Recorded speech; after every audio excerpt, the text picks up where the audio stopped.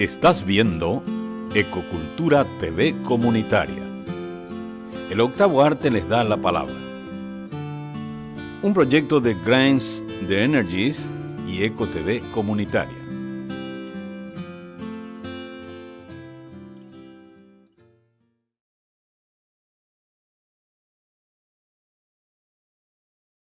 Ecocultura TV, qu'on va passer un moment pour vous présenter le musée des mémoires. Et Marie-Estelle, qui est la directrice de ce musée, va nous faire voir plusieurs épisodes de ce musée afin que vous puissiez à la fin le ressentir et faire une synthèse sur ce qui s'est passé réellement durant cette période de 1954 à 1980.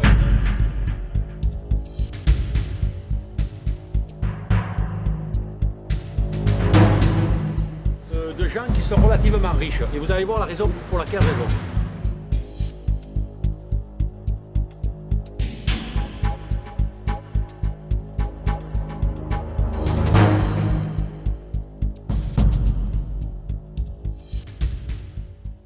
Ici, vous avez la table de la mémoire historique et des archives de la répression, dans les 35 ans, de 1954 à 89. Et là, vous avez tous ceux qui font partie de ce musée. Donc, vous avez le comité des églises, vous avez la fondation Célestina Pérez de Almada, c'est la femme de Martin Almada qui a été assassinée par la dictature. C'est une salle qui veut que l'on puisse conserver l'histoire et non pas changer le sens de l'histoire. Donc vous avez ici l'histoire d'un très dur chemin vers la mémoire sociale. Et là, vous avez un arbre, une sculpture qu'on appelle l'arbre de vie. C'était très long, je vais essayer de vous le résumer.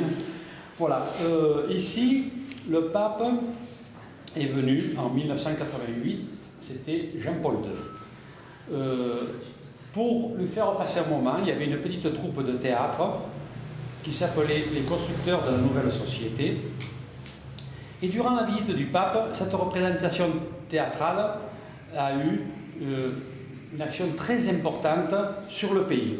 Et particulièrement cette sculpture qui disait la situation qui se vivait en ce moment. Vous voyez, c'était une sculpture assez lugubre où pendaient quelques petits rubans. Et les gens rêvaient, dans cette situation, rêvaient de démocratie et de liberté pour le peuple paraguayen.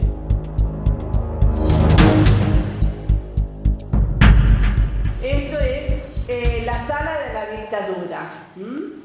Y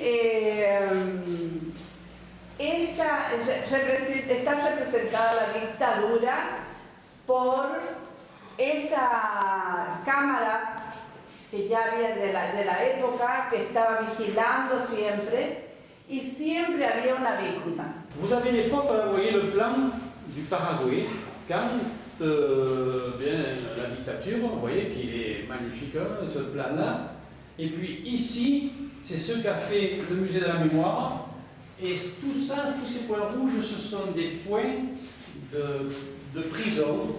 Et rien n'est caché, rien n'est faux, puisque tous ces points, les gens consultaient avec le visage découvert, donc les policiers, les tortureurs, ils avaient le visage découvert, et les prisonniers, donc il n'y avait rien de caché. Donc on sait exactement que tous ces points rouges représentent réellement des points de prison, vous voyez, si c'était plus de 200.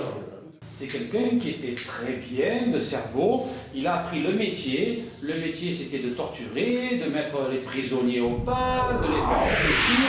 C'est un vrai métier, c'est pas seulement une fonction de dire bah, le gars on le met là comme ça au hasard ou il est un peu fou. Non, non, non, il a appris la torture, il a appris comment il fallait faire et pour faire souffrir les gens.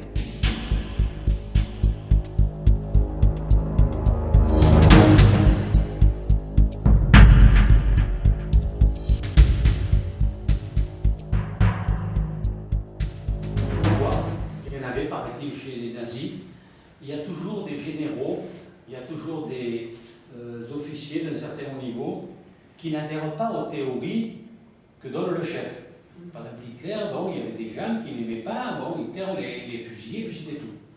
Una historia terrible. ¿De qué año? 1959.